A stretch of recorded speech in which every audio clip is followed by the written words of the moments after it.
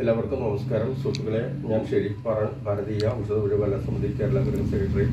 ഞാനിന്ന് നിങ്ങൾക്ക് പരിചയപ്പെടുന്നത് നമുക്ക് വംശനാശം ആയിക്കൊണ്ടിരിക്കുന്ന ഒരുപാട് ചെടികളുണ്ട്. അതിലൊന്നാണ് ഇപ്പോൾ ഈ ഇലഞ്ഞി.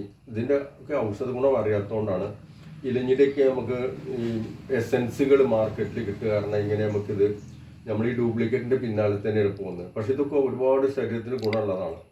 ഇലഞ്ഞി എന്ന് പറയുമ്പോൾ നമുക്ക് കുട്ടികളുടെ ക്ലിനിക്ക് കൊടുക്കാൻ പറ്റുന്നതാണ്. ഈ അതിസാരത്തിന് ഒരേ പശുവിൻ്റെ പാലിൽ കൊടുക്കുകയാണെങ്കിൽ നല്ല റിസൾട്ടിലാണ്. ക്ലിനിക്കുകളിൽ നിന്ന് ഞാൻ പറഞ്ഞു കൊടുത്തിട്ട് ചെയ്തിട്ട് നല്ല അഭിപ്രായമുള്ള ആൾക്കാർ ഒരുപാട് വിവരം വന്ന് പറഞ്ഞിട്ടുണ്ട്. അങ്ങനെയൊക്കെയാണ് ഞാൻ പഠിച്ചിരിക്കുന്നത്. പിന്നെ ഇപ്പോൾ ഒരു പുതിയൊരു വിവരം എനിക്ക് കിട്ടിയത്, പിന്നെ ഈ പ്ലാസ്റ്റിക് അതിൻ്റെ ചോട്ടിലിട്ട് കഴിഞ്ഞാൽ ദ്രവിച്ചു പോകുന്ന അത് അങ്ങനെ ഒരു സംഗതി ഉണ്ടെങ്കിൽ നമ്മൾ പഠിക്കേണ്ടതുണ്ട്. അപ്പം ഞാൻ കാണിച്ചു തരാം. തൊടിയിലാണ്, തെക്ക് ഭാഗത്താണ് ഞാൻ വെച്ചിട്ടുള്ളത്. ഇത് കിഴക്ക് ഭാഗത്താണെന്നാണ് എല്ലാവരും പറയാറുള്ളത്. പക്ഷേ സ്ഥലത്തിൻ്റെ ചില ബുദ്ധിമുട്ടുകളുണ്ടാവും. പിന്നെ നമ്മളെ വസ്തുക്കൾ ദൂരെ ഭാഗത്തുള്ള വസ്തുക്കളിലും ഇത് വെച്ച് പിടിപ്പിക്കുമ്പോൾ ട്രീറ്റ്മെൻറ്റ് ചെയ്യാനോ അത് പരീക്ഷിക്കാൻ നമുക്ക് കഴിയുന്നില്ല.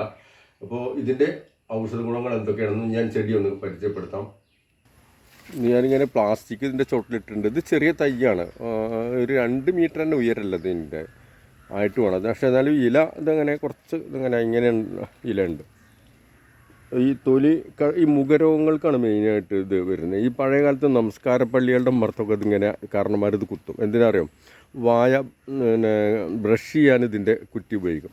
അപ്പോൾ ഇതൊരു അണുനാശിനിയാണെന്ന് അന്ന് തന്നെ നമ്മളെ പഴയ ആളുകൾ മനസ്സിലാക്കിയിട്ടുണ്ട്. മുഖരോഗത്തിൻ്റെ സംഗതിയിലാണ് ഇതിന് ഏറ്റവും കൂടുതൽ ഇതുള്ളത്. വായനാറ്റത്തിന് ഇത് വളരെ നല്ല റിസൾട്ടാണ്. ഇതിന് ബാക്ടീരിയകളെ നശിപ്പിക്കാനുള്ള കഴിവുണ്ട്. പിന്നെ കഫപിത്തങ്ങളെ ശമിപ്പിക്കും. പിന്നെ അതേപോലെ തന്നെ പച്ചക്കായ് കടിച്ച് നീരിറക്കിയാൽ ഇളകിയ പല്ല് ഉറക്കും പറയുന്നത്.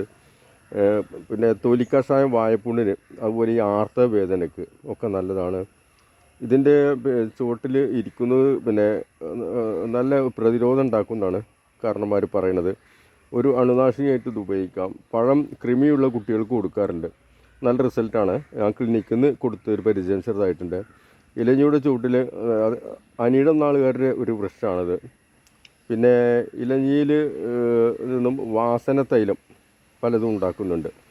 ഒരു മാന്ത്രിക മരമാണ് പഴയകാലത്ത് ഇലഞ്ഞി എന്നൊക്കെ പറഞ്ഞൊരു പേടി. പണ്ട് ഇലഞ്ഞി മരത്തിൻ്റെ ചുവട്ടിലൊക്കെ പോയിരിക്കുമ്പോൾ ഒക്കെ ചില ഐതിഹ്യങ്ങളിലൊക്കെ ഇതുണ്ട്.